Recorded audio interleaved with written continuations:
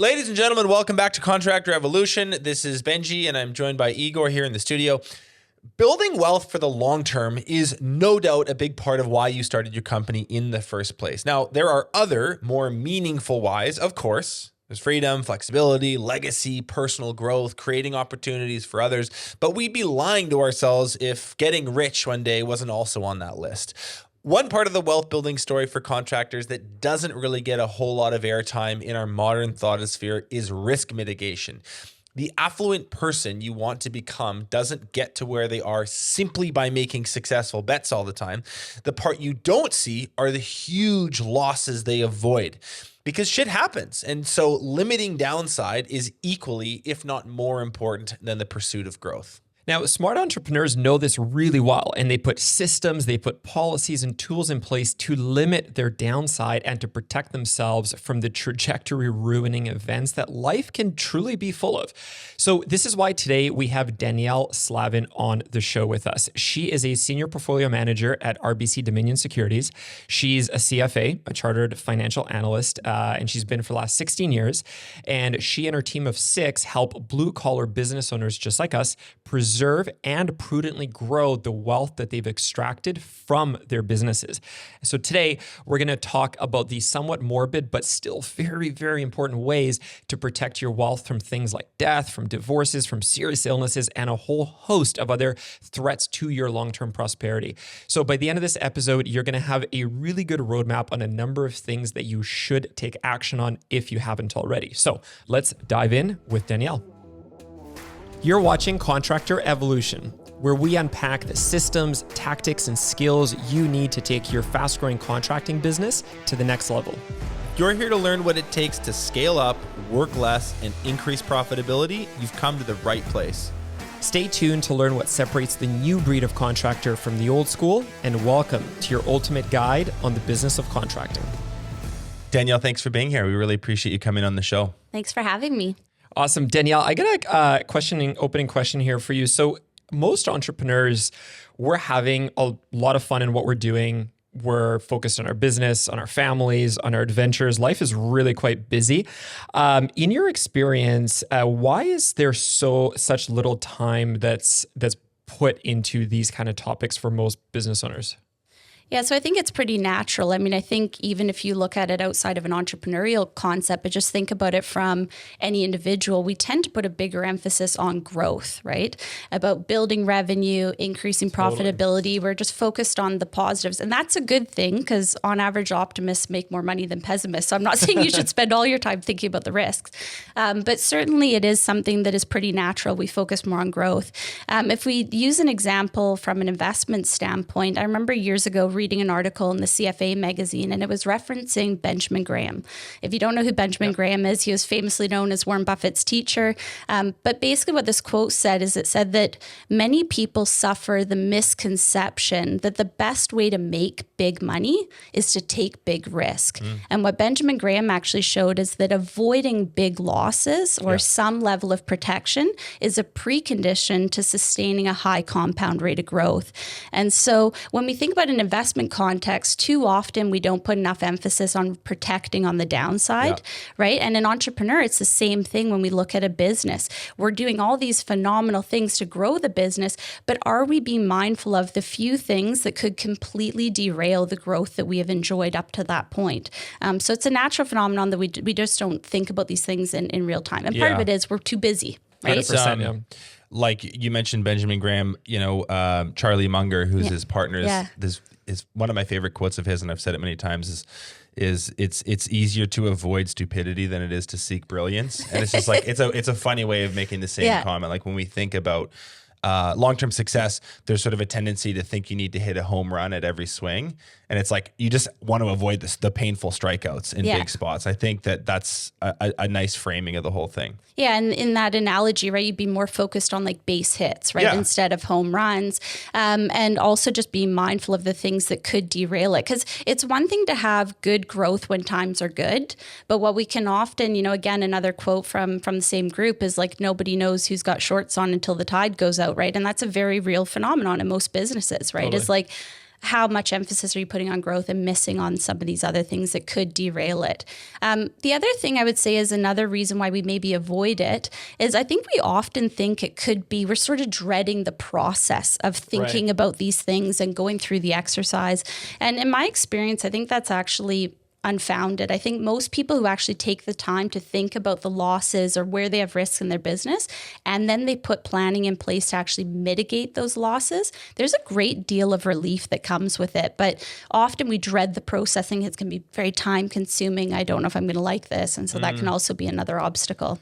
Yeah, those factors make a ton of sense. I can definitely relate to it, right? There is kind of like a emotion, a more heart-like engagement that comes with like having fun and growing and pushing. And this is more of the like mental heavy lifting that needs to go into protecting downside risk. So I definitely get that. With all of that said though, why is it still prudent to have these things, take action on a bunch of this stuff? Yeah, in my mind, I would say there's three main reasons why you want to look at it. The very first one is that a lot of the risk mitigation strategies that you would put in place, they need to be put in place before something happens. Right. So if we think of like a health event, you're diagnosed with cancer, or maybe you're even just diagnosed as having a greater likelihood of developing cancer in the future. At that point, it's probably too late. You're probably not insurable. Like the insurers won't take that downside risk. Do it. Yeah. You can't build a dam after it's already flooded. It's like I get that. Yeah. So a lot of the planning needs to be put in place. In fact, when times are really good and you don't need any protection, that's the time when you want to be thinking about putting it in place. The second reason I would say is just to avoid being a burden. So sometimes we think about ourselves in a very self-centered fashion of like, oh, well, I think I could handle that scenario. I could get through it. But broaden your thought process around that to really think about how not planning for some of these things could have a greater impact on everybody else around you, your spouse, your business partner, other people. I'll take kind of a classic example of somebody who doesn't do a will. Right. Most people don't do a will because they think they've got more time to do it. I'll do it later, right? I'll just delay it. But the reality is that if you die in testate, what do you leave? I mean, most jurisdictions have rules as to how your estate will be divided. So it's not like it won't get done, but you've probably left your family members with a huge burden of now having to administer an estate with no guidance from you. And I've seen this happen with business owners in particular. If we think of a scenario where, let's say that you're running the business, you had planned on selling your business maybe to a key employee, but nothing's been really put in place, et cetera. Now you pass away quite suddenly. There's a lot of emotion for everybody involved. That key employee who's put 10 years of their sweat equity into the business says, actually, I was planning on buying it. Can I now do that? And now everybody is very confused as to what you would have wanted. And now everybody's kind of left with this emotional burden at the same time that they're grieving, right? So it can be a big burden. Our loyal listeners who listen every week will remember a couple months back we had Stephen Osborne on who was his dad, the founder, passed away very, very suddenly. 6 weeks.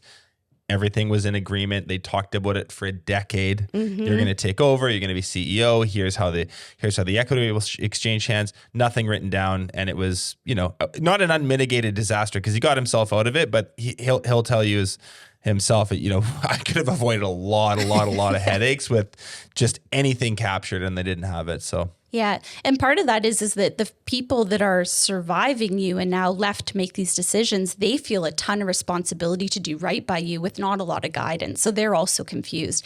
The third reason I would say to also put in place is that if you have an event that, let's say it's health oriented, but you don't pass away, just to give yourself the ability to focus on your health and your business is significant. And so I actually went through this experience personally. My spouse had a health event. We had a 9-month-old child at the time. He was running a business, and suddenly, like overnight, everything changes, not just mentally, but also from a productivity standpoint. Suddenly you got an hour or two every day where you're going to medical appointments, potentially you're on drugs or other things. You've got fatigue, and now you're not that productive outside of that.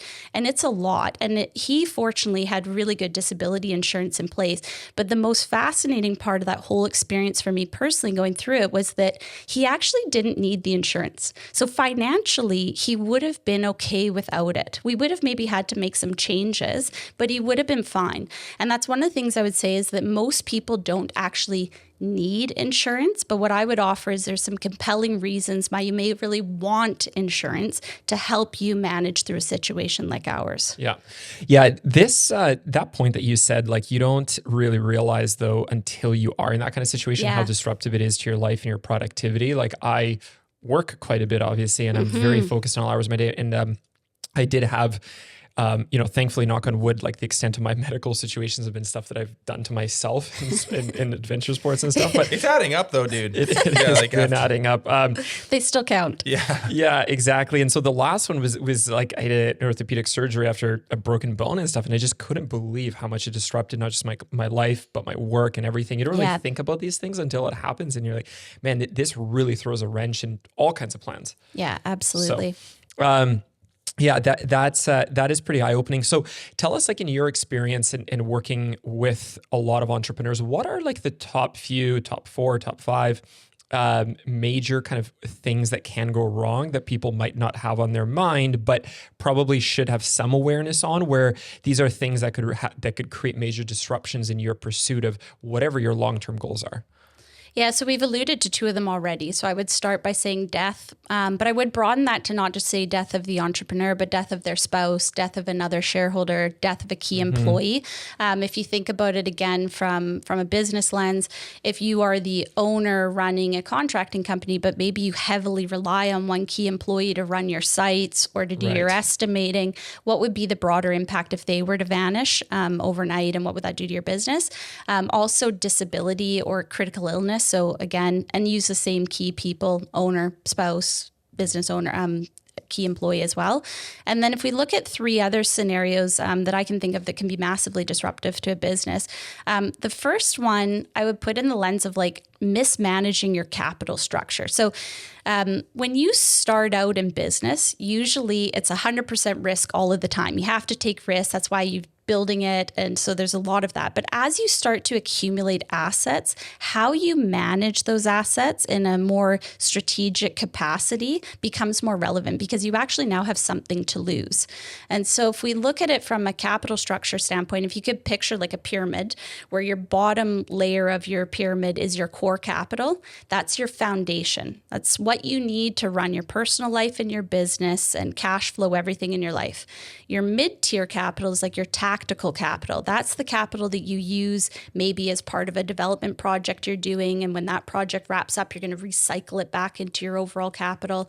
And then the mid one, or the top part of it, is your risk capital. That's where you're really shooting for like high octane, but it also could become worthless. Right. And what can often happen, again, we start out with this like emphasis on risk. And as we accumulate assets, we don't often take a step back and look at how our capital is actually structured to make sure that we haven't continued to be 100% risk or like people are operating with only the top part of the pyramid. They don't actually like refill the bottom and build the foundation to build the middle. It's really imbalanced. Yeah. Exactly. And quite often what happens is as we accumulate things, we may have a little bit of a foundation to it, but maybe that tactical part of the pyramid again gets really big. We start to take on a bunch of projects. Things are all going well and it's fine. But what can happen is that can get out of balance really quickly. And I'll give you an example. I had a client that in 2008 did road construction. So they had a whole bunch of equipment and they were paving these big roads. What happened 2008, of course, was around the corner. A lot of these contracts got canceled, but they still had massive lease payments for all the equipment and they had no revenue coming in for a period of time. And so that tactical part of their pyramid was too big and it very quickly ate up what was a pretty weak foundation. Yeah. That is so interesting. I love the way that you orchestrated that example. I just want to make sure kind of listeners like get what you're saying, because what you're saying is so powerful. I've never in my life thought about it that way. But once you build something, you now have something to lose. And actually like realizing that and crystallizing that in your head is pretty important. And you're basically just saying that, you know, there's quite a number of years where all of the capital and the equity that you have is going into riskier stuff, which you're driving the business forward with. But you actually want to tone that down over time. You're saying like once you've built something of success, you're saying almost like move money outside of the risky stuff, outside of your business into things that are maybe a bit more safe, a bit more stable, and maybe like unrelated to your business, like to that '08 contracting paving company example. Like maybe you're not like all in on your construction and contracting industry all the time, you're diversifying to other stuff as well. Yeah, and what might surprise you is that part of the reason to do that is actually so you can take really calculated risk when the opportunity is better. Totally. So if you manage your floor, your core capital really, really Well, you're good anyways. You're You know good you're good. anyways. Yeah. And then your industry has a bit of a rollover or a setback, and you are the one who's sitting pretty essentially. You can go make some plays. Oh, and you can see the opportunities, and you've got dry powder to actually take advantage of that. And that's really where you can really separate yourself from your peers from a business standpoint. Yeah. And because you're hitting the gas pedal when everyone else is hitting the brakes. Totally. We're just making references to Charlie Munger and Warren Buffett earlier, but I remember seeing some clip as well. I can't remember which one of the two of them was talking of just the amount of a cap, like the amount of money basically that gets made coming out of dips of different kinds. And they would have seen it just with, how old are these guys now? But like Charlie Munger just turned 99. no way. Yeah, he's really old. Yeah, they're like wheeling him out there for these conferences now. I don't know how good his vision is. I just think he's like there spitting the brain wisdom. is there. Totally. Yeah. So, just imagine in their lifetime, like the number of cycles that they would have seen. So they're basically saying it's the people that are well positioned with dry powder to be able to capitalize on those opportunities. Like that's where you really make money over the course of decades. That is a very different perspective than the gunslinging cowboy of an entrepreneur who's just like all risk all the time. Yeah, absolutely. Yeah, fascinating. Cool. So yeah, that certainly is an important concept. Is there anything else just on like major disruptions that people should be aware of? I'll throw out two other ones. One is just industry diversification, or I'll call it a home bias. So we see this in almost every industry. If I meet with a mining executive and I look at their portfolio, chances are it's like chock-a-block full of every mining. It's like how my fantasy football team is full of Seattle Seahawks and I'm just losing games left, right, and center. Yeah, it's exactly a homer bias. Exactly, the homer bias. So we see that in all industries, but real estate and construction is particularly guilty, I would say, of this, in part because we've been through an environment of almost a 40-year cycle of declining interest rates, and real estate has done very well over that portion of time. And so what winds up happening is you have all of your business is exposed to real estate and construction. And what do they do with the money that they pull out of their operating company and they invest elsewhere? Do more of it. Yeah, they go buy rental properties, right? And so now suddenly, if we go back to the pyramid, their entire net worth is exposed to the same factors that disrupt their business. So they really haven't set themselves up to have dry powder when things do change. Yeah, that is a huge point. I want to make sure we don't gloss over that. So if you're listening to this, you're in the contracting space, you own a business, therefore by definition, most of your asset base is the value of your business that is in that specific industry. Plus, then if you've got some investments in actual real estate, that's driving it. And maybe you've got some stocks, maybe there are also REITs invested in real estate trusts. Like you are actually, well, it might look diversified. Well, I've got a business, I've got, 8 different rental properties, and maybe I've got some stocks that are like, you might think you're diversified, but really like it all revolves around an industry that, to that example, like we're now seeing a climate of rapidly rising cost of capital that's putting a lot of pressure on the valuations of all of these things. It's pretty easy to see how you could end up in a pretty bad situation. Absolutely. And it's just that they're all exposed to the same variables that you don't have control over. Yeah, 100%. Right? Yeah. The last one is probably the most awkward to talk about, but let's throw it out there anyways. And I would just say divorce or any marital issues can really be disruptive to any business. It doesn't matter what the industry is. I've seen it with clients where they've had to liquidate a key building that was part of it, or have to sell a warehouse part of their business in order to fund a disbursement with their ex-spouse. And if you think about it, if we use Vancouver as an example, housing is pretty expensive here. You live together and you own one house, and now you split up and you need 2 of them. And so you need a great deal of liquidity to go through a divorce most often, or you could find yourself sitting at the boardroom table with your ex-spouse, or if you have a business partner, potentially worse, your partner's ex-spouse. And it can be really massively disruptive to a business. Let's not be vague about this one, actually. I want to click in on that. Like if Joe the contractor and his business is $5 million a year, and let's say he's a roofer, or Jill the contractor and her business is $5 million a year, what sort of risks are there to besides the heartbreak and the restructuring of the family and all that, and that's not nothing. No, it's big. But in addition to that, in what ways is that business entity that he or she has built at risk as a result of the divorce? Well, if you built it over the course of your relationship and you don't have any prenuptial agreements or cohabitation agreements or marital agreements in place in advance, then that growth is divisible. Right. Yeah. So they are entitled to, hey, when I started, it was a $0 million business a year, and now it's $5 million. They're entitled to half of the value of that business based on an appraisal, and then that new divorcee is forced to, I don't know, borrow the money, sell the business, come up with it some other way, and and it can be complicated in terms of like how it gets divided. Like it could be done through like spousal income and things that the business owner is obligated to pay out to their spouse over a period of time, or it could be an actual liquidation where you put a mortgage or something on a property to buy your spouse out. There can be a lot of different ways, but it is significant, and it can really cripple the cash flow totally and the decision making. I've seen divorces that, in fact, I have one right now where the divorce has been in progress for 7 years. It's massively disruptive to that business. They've now sold the real estate and done some stuff, but it takes a long time. Okay. Yeah, and what can also really complicate this is if there's multiple business partners involved. Maybe you have a business partner, maybe you have two business partners, and your marriage, from what I understand, could be just fine. But then there's a divorce with another partner, and now you're literally like at a director's table with a spouse who really has really previously had no connection to your business and is technically now could be a shareholder. Yeah, they have a say. Yeah. Is there a way is the only way to protect yourself through prenups and like contracts in the marriage, or is there something you can do to the partnership agreement or some other like legal mechanism to create some defense around a situation? Yeah, so like you can put some of that into like shareholder agreements, and that is to like who can become a shareholder or a director. So you can provide some protection there. Prenups are another way of dealing with it as well. Okay. Yeah. Cool. So on that note, tell us a bit about like, we've talked about these pretty catastrophic disruptions. What should business owners be doing when times are good to be able to mitigate some of this stuff? So give us like the key things that come to mind. What should an entrepreneur be doing to take action on these things if they're listening to this and saying, holy crap, this is pretty serious? Yeah.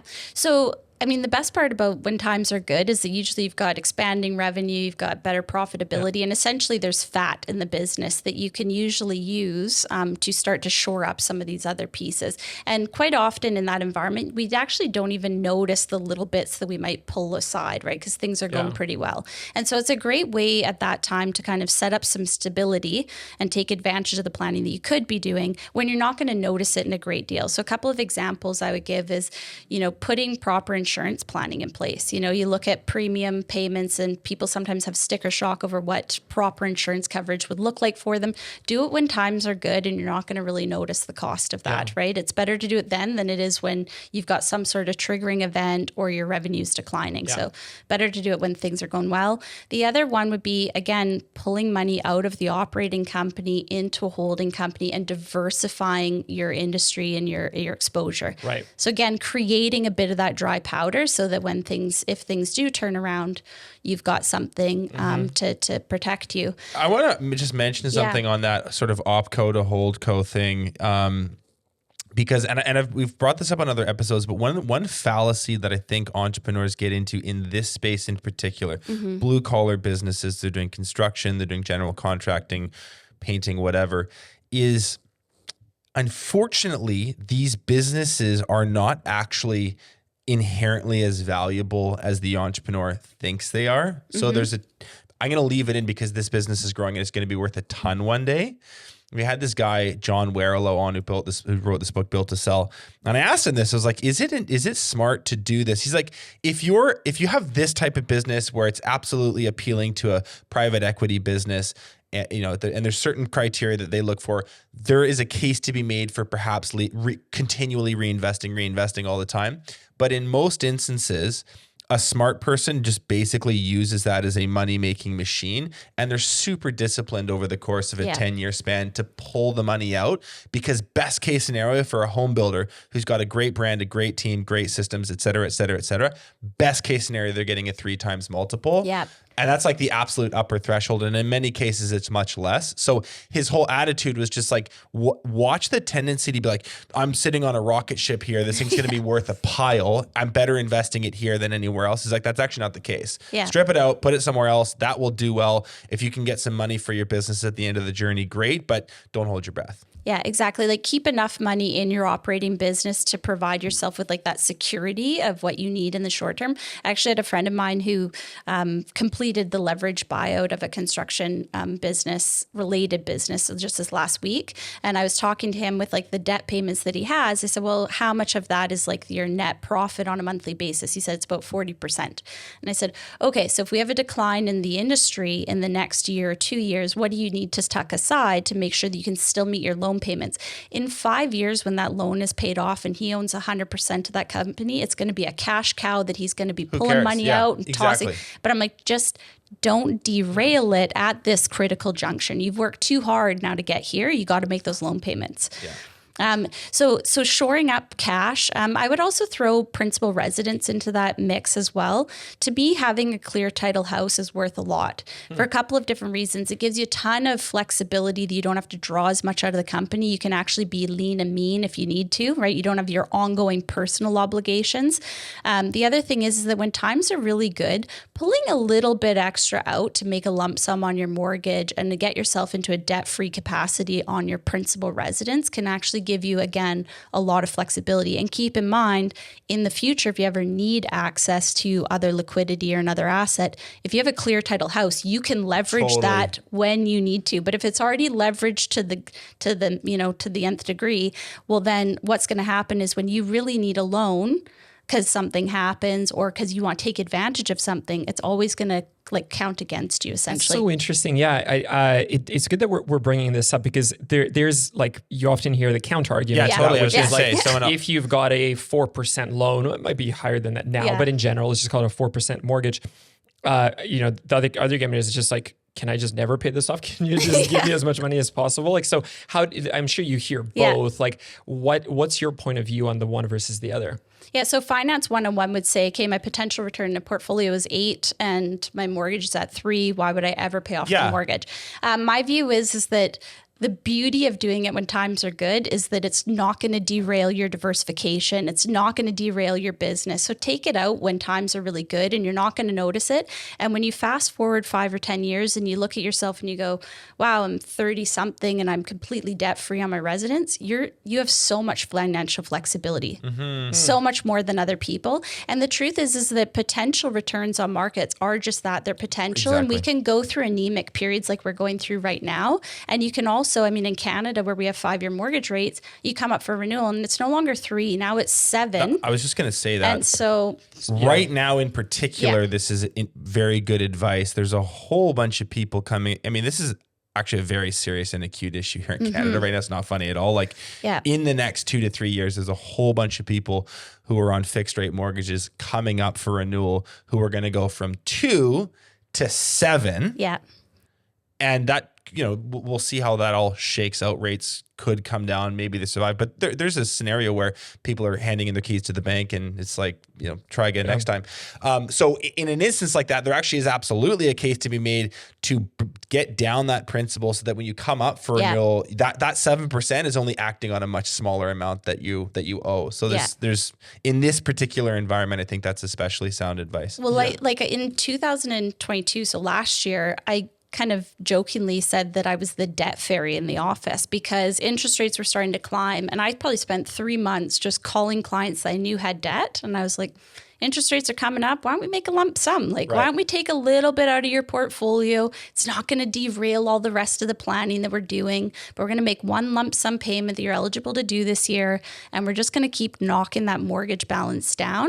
And if you look at what that does longer term for creating flexibility, it's huge. Yeah, totally. Yeah, very, very interesting. It kind of reminds me, I just got back last night from like 5 days in the woods and it reminds me of like a power bank, like your house, like you've got just, if you could keep it charged, you could always draw from it. Yeah.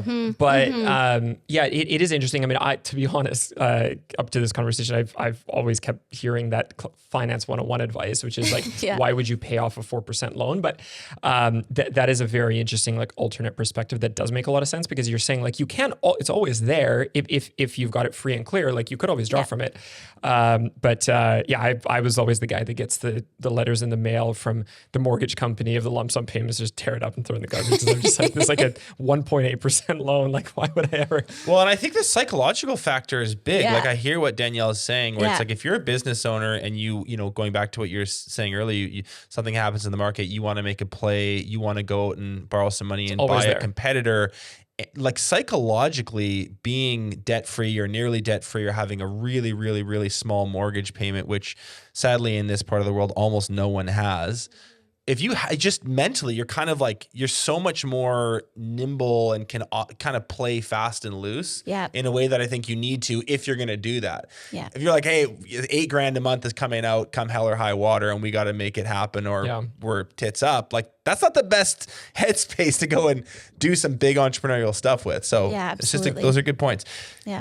Interesting. Tell me this. We're talking here like business risk, and we're talking. There's been an element of health risk here as well. Like we've been kind of bouncing back and forth between these two. When it comes to especially some of these health risks, like what are, and we don't need to go like deep into these, but give me the high level of like what sort of insurances are available that a business owner should either have or have some awareness of. Yeah, so there's 3 main events that you can insure. The first would be death. The second would be critical illness, and the third would be disability. Let's start with death because it's the most black and white. You're either alive or you're dead. You can put life insurance in place. There's 2 basic forms of life insurance. One is term insurance and the other is permanent.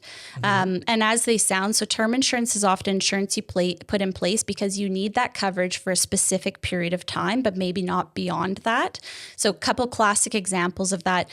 Most basic, you have young children. By the time they're in university, your need for insurance is significantly less. So often people put a term 20 plan in place. Like okay? I might want to be insured for this for the next 20 years. After that, they're fine on their own. They're I see fine. what you're saying. I hope they get a good job and that they can self. Now kids stay at home for longer. I was going to say, university, I don't know, just do it till they're like 35 now.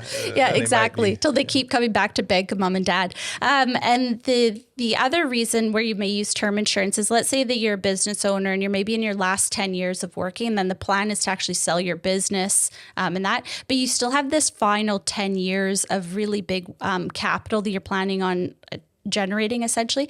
And in my experience, early on when people are building a business, they still have mortgages, they still have debt, they still have a lot of that stuff. Entrepreneurs actually tend to like really, really pad their investment portfolios in their last decade of working. And if something happened to them in that last decade of working, it really is removing a lot of that like massive inflow of capital that they were expecting to achieve. So they may put like a term 10 policy in place that if they were to die in that last 10 years of working, they've got a big gap. Gotcha. So that it's delayed gratification. The entrepreneurial route is one where it's really, really hard for a long time until it's a little less hard, and then it's a little easier, and then actually you're really doing well. And so it is not at all just like a straight thing. No. It's more of like a slingshot, and you want that's a good point. But what you're saying is basically like with the term insurance, you're insuring to a point, and then after that you're like, well, essentially self-insure after that. I'll self-insure after that. Had a bunch of liquidity at that point. Yeah. Okay, I got you. Permanent insurance though is, as it sounds, which that policy will stay in place until either you pass away or you cancel the policy. And so permanent insurance can be used for a couple of different reasons. One is it could be that you have a need for insurance longer term. Couple of examples of that is you could be insuring estate tax or capital gains tax on your death. And so you're actually trying to create some liquidity so that maybe your family can retain a building or that you want to keep, but the taxes will be owed. Another example is if you have children from a previous relationship, it can be a very flexible tool of making sure that your children from a previous relationship inherit when you pass away, but that the rest of your assets can maybe roll to your surviving spouse and potentially other kids. So again, it can be flexible for that as well. And the other reason on a permanent insurance, it can be used as an investment as well. That's probably getting outside the scope of today, but essentially you can put money into an insurance policy and it grows tax-free in there. And there are ways to use it as part of a retirement planning as well. And then lastly, if there's any concern that you might not be insurable in the future. Right. So, you know, we put this plan in place when we're 30, and then guess what? We have a health triggering event at 50 and our circumstances change. And now we actually have again another need for insurance, but we no longer qualify. So sometimes people use a permanent plan, even for something temporary, just so that they could use it in a flexible capacity if they ever don't become insurable. I have a feeling that probably happens more often than people think. It does, unfortunately. Yeah. Well, and think about it from an insurance underwriting. I mean, they're conservative. And so you might be perfectly healthy, but they might see something in there that from a statistic standpoint means that Benji has a greater likelihood of developing this, so you may not be insurable. Interesting. In the future. So it's like get it while you can. But you know what else I would say? I've had multiple people go through the insurance underwriting process and actually uncover pretty significant health things. If you ever want to know that you are healthy, go through an insurance. They will find it. Interesting. So it's like the best health checkup you could get. That's a really good point. Yeah. Yeah. Very interesting. So that's basically life insurance. I'll skip to the other two pretty quick. So critical illness, again, is similar to life insurance. It's very black and white. Okay, it's a contract that outlines exactly specific diseases or illnesses that if you meet the qualifications in that contract, you will receive a lump sum payout upon diagnosis. So let's use the example of a stroke. You have a stroke.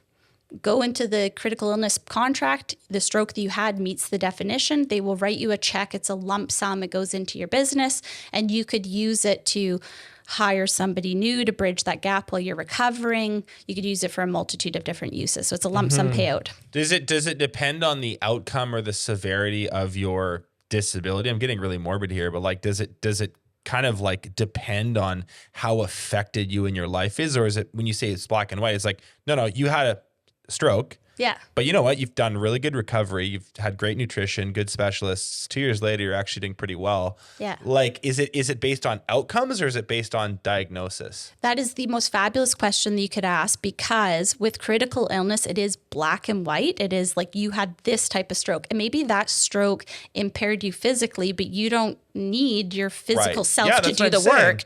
No problem. Critical illness will pay out automatically. Okay. It's black and white. It needs to be life-threatening. So to not get into too specific, but if it's like stage 1 prostate cancer where your like chances of survival are incredibly high, it won't pay a benefit. And that's outlined in the contract, okay?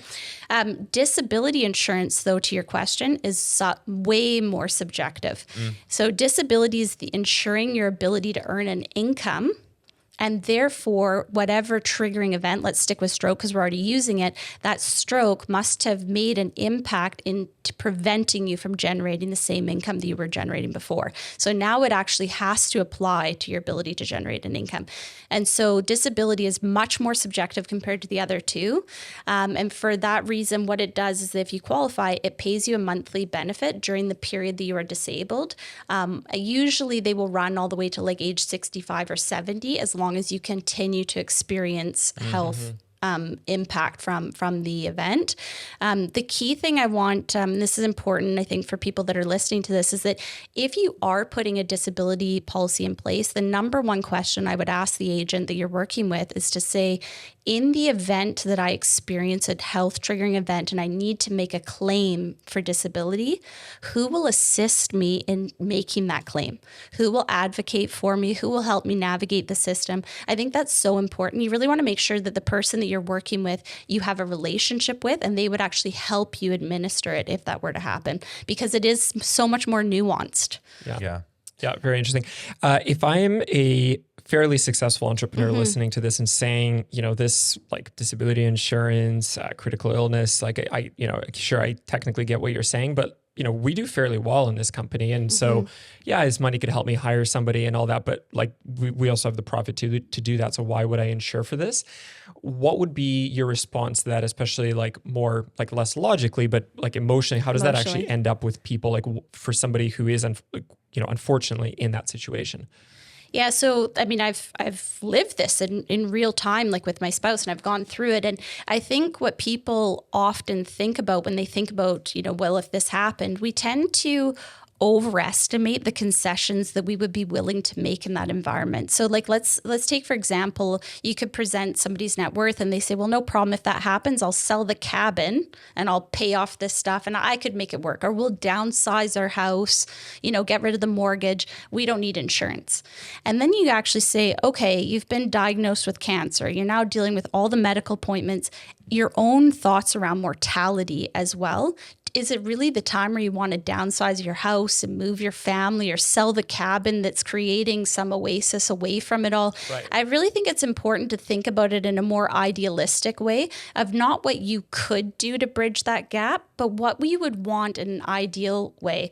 In that unfortunate situation. Because I have never seen somebody go through like a major catastrophic event that had insurance that said, oh, I think I had too much insurance in place. Right. There just isn't enough insurance that you can put in place if you lose your spouse. There's no gap for that, right? Mm-hmm. And so, but having financial flexibility so you don't have to worry about the finances and you can focus on health or your business, it gives phenomenal peace of mind. Yeah, so there's something very sort of human nature about the way, I like how you framed this, like we overestimate the concessions we'll be able to make. Yeah. It's like, no, if that happened, we'd just do X, Y, and Z. It's like, would you? Like, it's so easy on paper. It's so easy in the abstract when you're kind of thinking about this super hypothetical situation, which really deep down you don't think is going to happen. It's like, there's no way you're going to sell the cottage when you might only have 10 years left. Like, that's insane. Yeah. It sounds a bit morbid, but like, putting yourself in the situation of, okay, this situation is happening to me hypothetically,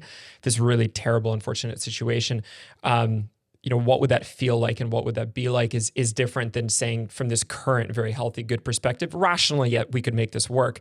Those are two very different ways to look at a situation. Yeah. And I think too, the other thing that I've seen happen in my own personal life with friends and in business too, is when some of these events happen, you're actually less conservative. People are like, live now, baby. Like, I want to go travel. I want to work a lot less. And so this whole idea that you're going to play it safe, put constraints and sell this and get rid of the cottage. They're like, I just had a huge life event.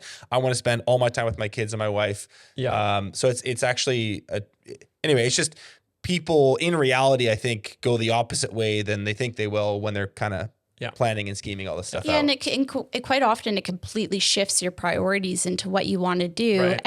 And the thing is that as you're going through that experience, so I kind of joke around in my spouse's case that his mountain biking improved almost immediately afterwards, right? Because he wanted to get out and kind of do stuff, right? Yeah, because you're kind of faced with something, and you're like, I don't know, what if I can't do this again? Yeah. I need to get out there. I'm going to take on that high skinny and hope that it all goes well kind of thing. But, if you look at like what happens when somebody does those decisions is quite often then they pull away a little bit from the business. Mm-hmm. And so what happens from a revenue standpoint in the business is that quite often your immediate revenue continues on, mm-hmm. but new business or new projects, you don't have the same appetite to want to take them on. You're not looking for new work in the same way. You might not be as passionate about it. You're not so sure how you'll manage it. And so you wind up with this decline in revenue that starts to happen, or you have key employees who have worked with you for a long time and they all step up. But now you need to pay them more too.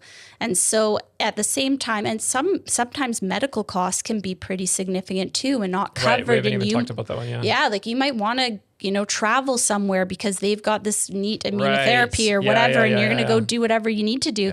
Again, having that like disability or critical illness that pays out gives you the flexibility to do all of that. And you don't know how you feel until that hits. That is a very clear point, actually. Like just this current level of advancement in technology, like in medicine, is staggering, and different places around the world are pioneering different things. Like, would you not want to have the very, very best medical care for whatever that circumstance, Hopefully not, but if that is the case, if that happened to you, you'd want to have the very, very best access, and would you not want that paid for? So it's an interesting way to look at it. I've got one other question for you because I want to move on from this topic.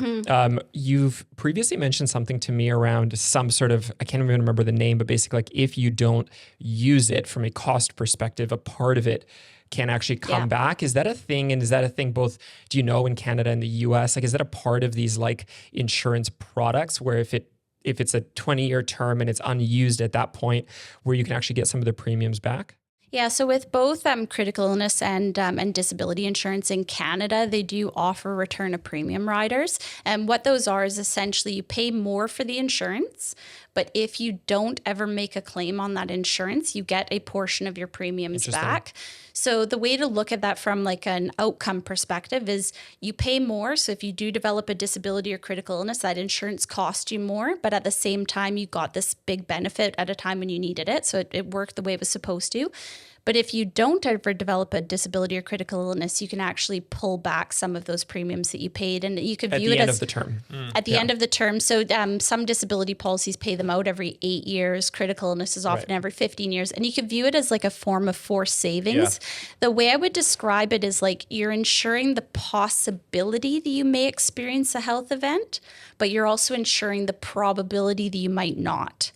You're ensuring the probability they might not, in which case you want to get something back. In the US, I'm not sure about how they work return of premium payments. Unfortunately, I don't know how it works. But in Canada, there's also some tax benefits of doing it as well. Very interesting. So it could be something to look further into, both with an insurance professional and also with a tax. A tax advisor. So if an entrepreneur is listening to this and saying to themselves, I've either not thought about this before, or I've thought about it and said, decline a bunch of this stuff, and not just the insurances, but also the idea of like moving capital to more conservative place and all that kind of stuff. But based on what you're saying, this actually might be pretty smart to even just consider a bit further. What are some just like very clear and simple action steps that you'd advise an entrepreneur to literally just take action on the next few weeks, next few months?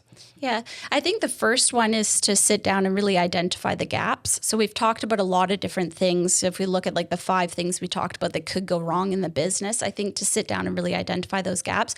The interesting thing is I think a lot of entrepreneurs actually know where they have risk. They just haven't put it at the top of the to-do list. Again, it's this delayed decision, right? They know that they should do it. I should put a will in place, but it just never really gets there. And so probably one of the biggest like action items I would say is just do it. It won't be as painful as you think it will be. If you've been dreading the process, it doesn't have to be like that. But identify the gaps and start to work through the to-do list. The other thing is that make sure that planning that you do is relevant. So somebody might be listening today and they say, no, actually, I'm okay. I put disability in place 10 years ago. I've got coverage. Is that coverage still relevant? Do you ever revisit it? If you've been fortunate to have a business that is growing significantly, maybe 10 years ago you were pulling $100,000 out of your business. And now today you're pulling 300 and you're married and you got kids and a mortgage and everything else. So you need to like audit. You need to audit the stuff that you have semi-frequently. Like every year we'll do like a tech audit where we're like, we're spending $300 a month on this software. Nobody's logged in and say, like, do we still need this? Like, no. And this some of this stuff can be pretty serious, right? Where like it's not just okay, I'm drawing $200K a year more because I have like family. Your payroll could have gone up by $6 million a year. Totally. You could have some pretty serious like commercial mortgages on commercial spaces, on equipment, like. These are not just figures of like, it's 200,000 more in like personal income. This could be like major debt obligations that are to the millions or payroll obligations that are massive, right? Yeah, and I think we saw a little bit of that in 2020, right, when COVID hit. I mean, if you looked when that happened in March of 2020, by April, the number of people that were attempting to defer their mortgage payments was massive. People that were running their finances basically at the wall, right? Where they didn't have any contingency. And so as soon as everything shut down, they suddenly had a real problem. You don't want to be in that situation. So do an audit, essentially, like you say, a technology audit, but do it of like your capital structure as well. How much tactical projects do I have on the go? If one of these projects gets delayed or when it comes to fruition, interest rates are double from where they are, how is that going to affect the business? And so really spend some time to really think through it. And the key part is do not like overestimate what you think you would do in that situation. I think we just tend to think that we would manage it differently from a very like healthy person perspective as opposed to what you might actually be feeling. Yeah, a bit morbid, but you have to put yourself in the shoes of a very distressed you. Yeah. Unfortunately. Yeah, totally. And one last question on this action steps is, is there anything additional from a recommendations perspective if you have a business partner or two business partners? Like, is this like everybody doing this? Like, is there anything else that's added to this mix of action items if you have a business partner or multiple? Yeah, so I think when you have a business partner, you want to go through the same process, but together. But I would say that it's maybe more important when you have a business partner, because now if you do experience one of these catastrophic events, you don't have full control. Right. Right. So you can't even make your own concessions. Let's say that you're very frugal and you might be able to really tighten up your belt in that type of scenario and that wouldn't faze you, but maybe your business partner is not like that. Totally. So quite often, if we think through a scenario of like a business partner arrangement, quite often business partners tend to have complementary skills, right? So one person might be running operations, the other person might be looking after suppliers or actually on site. Yes. And so or maybe they're the ones doing the estimating and finding the work. You really need to think through how the business would be impacted depending on who was impacted by a health or other event. To give an example of this, I knew of a scenario where somebody was running operations. The other business partner was the one who was controlling product and supplier. And what happened is that person passed away. And as soon as they passed away, what happened is that a lot of those relationships with supplier and what had been their core competitive advantage of their business was a really low cost of goods sold. He was able to negotiate phenomenal purchasing prices. And they had big warehouses where they could buy in bulk and store it. And long relationships with the suppliers and everything. Not easily replaced stuff. No. And also when somebody passed away and it's sudden, the surviving business partner is also grieving and going through all of that as well. And now they've got staff that's also grieving and going through all of that as well. And so what wound up happening is that they didn't replace that individual very quickly. And so what winds up happening is your cost of goods sold gradually creeps up, your profit margin shrinks, but also because there was no insurance in place, you now have another family that owns half the business. And they also need liquidity from that business. They need income, and your profit margin is shrinking, your business valuation is shrinking. Like 6 different problems at once. It's like 6 different problems at once, and everybody is in a heightened emotional state that it's not a good environment to make good decisions. In contrast, if simple life insurance had been put in place, what would have happened is that the surviving business owner would have had liquidity. They would have bought the business partner's family out of the business. Perfect. That gives that family full liquidity and access to income. It also gives the surviving business partner 100% control over all of the profit and everything else without impairing them financially, which gives them the flexibility to hire somebody faster, to fill in that skills gap or whatever the case might be. And they're also, they have full control.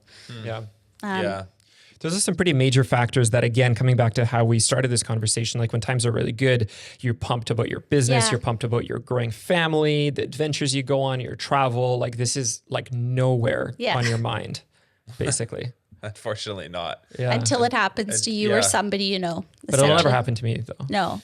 Pretty sobering. Says everybody. What are your thoughts on seeking out, finding good professionals to work with? This is and we ask this question often on the show because there's so much in the entrepreneurial realm that you do have to delegate out. Like you have to surround yourself with the right people. And today we're kind of talking about financial planning, risk mitigation, insurance, but I'd ask the same question to someone like, how do you find a good media buyer for your social, like for your ads campaigns? Like this is a fundamental entrepreneurial skill set. So it's worth asking. When it comes to this type of professional, what do you think is really important for an entrepreneur who's trying to find the right fit, the right person for them? Yeah. So to me, the 3 things I would look for in hiring somebody is number 1 is trust. Most important part of any advisor client relationship is somebody that you can trust. The second one would be competence, so that they actually have the skills and the knowledge in the space to deliver what you need. The third one would be fit. We all have our own style of people that we like working with, and ultimately relationships are just easier if you like the person you're dealing with. In terms of like how to find that, right? If you go out to, I usually like starting with an existing advisor relationship that I have that is going well. It tends to be in this area, like it tends to be a pretty tight knit community. So if I think about it myself personally, like I have a group of like vetted experts that I work with, and I tend to work with them on a whole bunch of different You're files. talking like other professional services, like your lawyer, your tax advisor, like this kind of thing. Your banker, your insurance representative, your bookkeeper, if you can ask one of them where you already have that trust, that competence, and that fit, you can say, listen, you know me, you've worked with me. I need help in insurance planning. Who would you recommend? Is there somebody from your community that you've worked with, you enjoyed working with, you think I would get along with well? And part of the reason why it's important that your other advisors work together is that collaboration is really where you can improve upon the efficiency for yourself as well, because it is daunting to put all this stuff into place, right? Versus if they're all communicating. Yes. Yeah. They're all communicating and you can outsource it and sort of, Benji can walk in there and say, this is what I want to have happen to my business. If this happens, now somebody make it happen, right? And then you've got the insurance, the investment advisor, the lawyer's making like the moves on that, the tax strategist is making the moves. They're all kind of like working together. It's huge. Yeah, and I find that part so incredible, and it kind of happens a lot behind the scenes. But for example, like I have a client whose business has been growing massively over the last 5 years, and so we've had to revisit the planning every year, and in fact we probably almost have to tweak it a little bit each quarter. But we all operate behind the scenes. Right. They're busy, right? But I'll send off a note to the account to say, have you thought about this? Have you thought about that? They'll say, yeah, actually we have. Do you want to loop in so-and-so? And so that we can all kind of strategize and come back to the entrepreneur and say, we've looked at this is what we think you should do. Like without the person. Without the person. Yeah, you guys just do that on your own. You just do it on your own. Is there a way that you can how do you quantify that if a business owner is meeting with advisors? Do you straight up ask them, hey, like, would you ever collaborate with my other advisors without me in attendance at the meeting? I'd love to outsource some of the critical thinking to you guys. Like, is that something they should be able to speak to in your initial meetings with this person? Yeah, and some people will do it and some people won't, right? So, technically my role is an investment advisor, but it's much broader than that. Yeah. I'm very passionate about the planning and wealth management component. Some other people might be like, no, I manage your investments, like your tax and everything else, like talk to somebody else. I don't touch that. So it's a fair question to ask somebody when you're working with them to say, how involved do you get? Will you answer questions directly with my accountant if they have questions? Will you work with my bookkeeper to send them transactions and that kind of thing? And you can ask those types of questions to see if it's the right fit. But the more of that you can outsource when you're busy, the better. Yeah. Very interesting. One final question on this is you talked about like the second part of your criteria you talked about is like their competence and ability in this area. This is a world in financial planning, financial advising, where there's thousands of people and organizations doing this with largely the same messaging. How do you actually know whether this person is a real pro from like their competence perspective? Are you looking at like the volume of serious business owners they work with? Is it like their years of experience? No, you just asked me, say, are you competent? 100%. And then they're like, I got you. Yeah. Okay. It is a good question. I think a lot of entrepreneurs have pretty good gut instincts on a lot of that stuff. And so I would say just be inquisitive. Ask good questions, and you can tell if somebody can only answer at like the surface level or if they can really get into the more granular details. And that'll usually give you an indication of if they really understand their stuff. Danielle set your bar for you over the last hour of you listening. So this is the level right here. Well, it's a really good point, and you can parlay this skill into other things. I met with someone last week, an agency to do with podcast promo stuff. I just was like, yeah, I'm curious. And it was exactly this. I was like, I had 10 pretty technical questions ready. It was a 30-minute meeting, not long, but I was like, if I just rattle these off, I'm going to know, even if I don't know the answers, I'm going to know if they don't know the answers also. Yeah. Like, it's when in doubt, just pepper people with good granular questions and see how quickly they react, see what kind of response they give you. You can tell when someone's skating through an answer. Yeah, and I think if people, start to kind of BS their way through an answer, to me, that's like a huge red flag. Totally. Like, it's okay if you ask a really granular question, the person says, I'm actually not sure, like, let me get back on that. I would take that any day, versus kind of this glossed over answer where it didn't really give me any Well, conclusion. it really depends. Yeah. Great. Yeah. So direct Yeah. recommendation. If you are thinking about this, maybe you just replay this episode maybe at 1.5 times. I just take notes. I think we've talked about plenty of interesting, complex, and compelling stuff to be able to just get, how would you address this in this situation? How exactly would you go about that? Even just from the stuff that we talked about over the last hour. So that's awesome. Danielle, this has been fantastic. We've talked about a wide ranging set of challenges and issues that could come up. I don't think this is kind of the most maybe exciting topic in terms of like growth, but it is absolutely a super, super important one to have an awareness of because, as we said at the beginning, it's not always about like your upside giant slam dunk wins. It's also about mitigating downside risk that's going to make you successful long term. So just in closing, you are an advisor. I call it kind of like an investment advisor, but like a much more holistic approach at RBC Dominion Securities.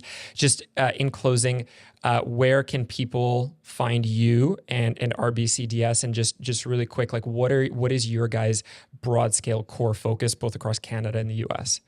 Yeah, so I'll start with RBC, but RBC Dominion Securities is the largest wealth management firm in Canada. So they manage about 1.3 trillion in assets, so it's pretty big.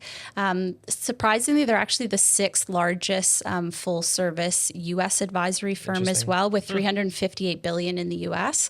So it's a big machine. There's approximately 2,000 advisors nationally. So I'm one of those advisors and I run a discretionary wealth management practice here in Vancouver. In terms of like my style, because every advisor would have a slightly different approach, vast majority of my clients are entrepreneurs and they don't have a traditional pension. So whether it's now or in the future, at some point, they'll be relying on an investment portfolio to essentially provide that income stream when they do retire. And we tend to get more involved in the broader wealth management, financial planning pieces as well, risk mitigation, and that is kind of more of a niche of ours. In terms of getting a hold of people, so easiest way to find me is just through my website. You can search my name and it'll show up on RBC's wealth management website. And in terms of just general RBC contacts across the country, if in your local community you want to find a contact, I would start with the branch manager in your local Dominion Securities branch. She can explain to them what you're looking for and they can probably point you in the right direction. Yeah, fantastic. Danielle, this is so great. Thanks for joining us, sharing all this wisdom. It's been really fantastic. All topics that in a really busy entrepreneurial world with a million things going on, always hard to find time for this kind of long-term planning stuff, but super important to do so. So thank you for sharing all these thoughts with us. Yeah, thank you for having me. Thanks, Danielle. Thanks. Bye-bye. Thanks so much for watching this episode of Contractor Evolution. If you've already subscribed to our channel, consider sharing this episode with another contractor who you think needs to hear it.